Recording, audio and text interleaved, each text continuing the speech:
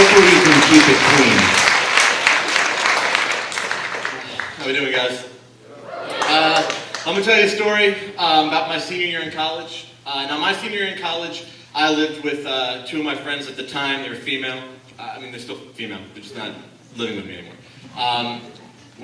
I always like telling guys that I used to live with girls, too, because they always had that same macho, douchebaggy guy response, like, oh, yeah. It's like, no, it's horrible. It's a terrible thing. Don't ever do it. It's not that it was horrible. I'll rephrase. It's that I was bad.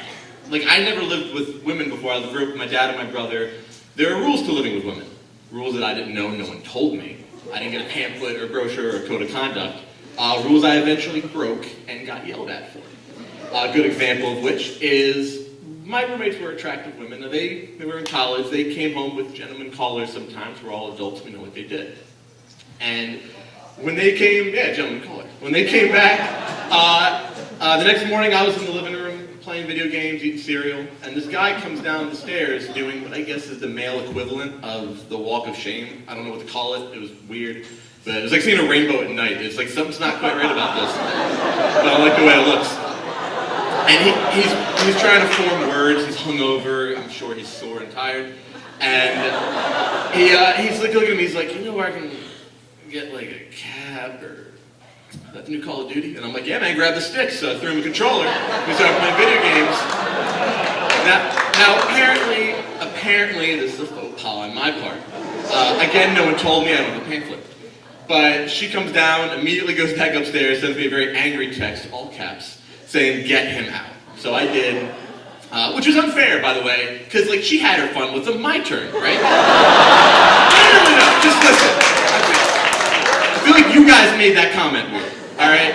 All I'm saying is I want a chance to share this dude with my roommate. All right? That's all I'm saying. I think we can all agree with it and move on. But that blew over. A couple months later, they invite me out to what I will later discover is a girls' night. If you've never been on a girls' night, as a straight man, it's awesome. Do go if you ever get the chance. But what it is, basically, the template of it is a bunch of girls go to a few bars with no money and just get drinks bought for them. And they all say they're going to stick together through the night, but the hottest one always goes off and gets laid. Pretty much the template of a girls' night, if I'm getting it correct. We go to the first bar, and immediately guys start coming out of the woodwork. Hey, baby, can I buy you a drink? And girls, I'll give you this. You girls stick together. You really do stick together. Guys will I'll push my best friend in a pit of rattlesnakes if it means getting laid. But they're like, oh, if you want to get with me, you gotta buy my friends a drink. It's like the Spice Girls song. But I was living it. It was great.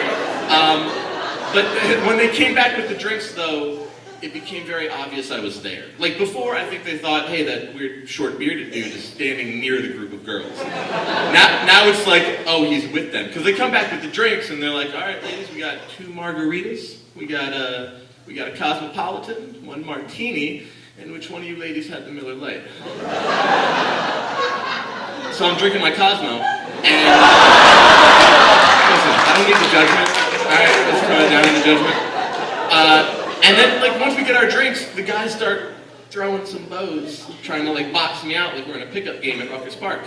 And right before they, completely push me out of the circle, my roommate's hand shoots through, grabs my wrist, and, we're going to the next bar, and just pulls me out of the thing. I've never had to leave a bar without closing a tab. It's great. And we're walking down the street, we're going to the next bar, and I'm with a group of good-looking women. This Jeep comes up, it's like the douchebag mobile. It's like a Jeep with no doors and no windshield. It's no one's wearing seatbelts, there's not even seats in it, they're all just standing up. And they just yell out the thing. They're like, show us your boobs! And all the girls I was with, they all just rolled their eyes and didn't say a word except for this asshole who, without missing a beat, mind you, I lifted up my shirt and just went, whee! And as they were driving away, we could just hear the guys from the car go, boo. But it hurt, it stung. It stung more than I thought it would. But at the same time, a group of girls were driving the other way in their car, rolled down the windows, and they yelled, boo, because sometimes you just can't win. We get to the next bar, and I'm getting boxed out, and I'm like, you know what, just forget it. All right, I leave. They kind of scatter along the night. They get together back near the end. But I'm talking to this girl. I'm having a great time. Eventually, she says, "Hey, do you want to come back to my place?" And I'm like, "Fuck, I want to go back to your place."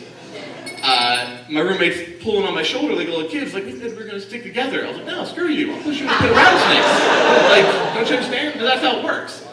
And so I go home with her. They go home, and to me, that's happily ever after. Like, that's the end of the story. But I realized the next night what had happened, and I had gotten all my drinks paid for. I lifted up my shirt at a group of guys, and I went home ditching all my friends. 22 years went by, and I thought I was a 22-year-old man. But in one night, my roommates transformed me into a drunken college chick.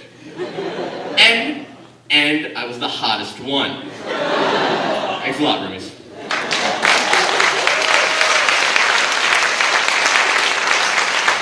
Daniel A. Garrity.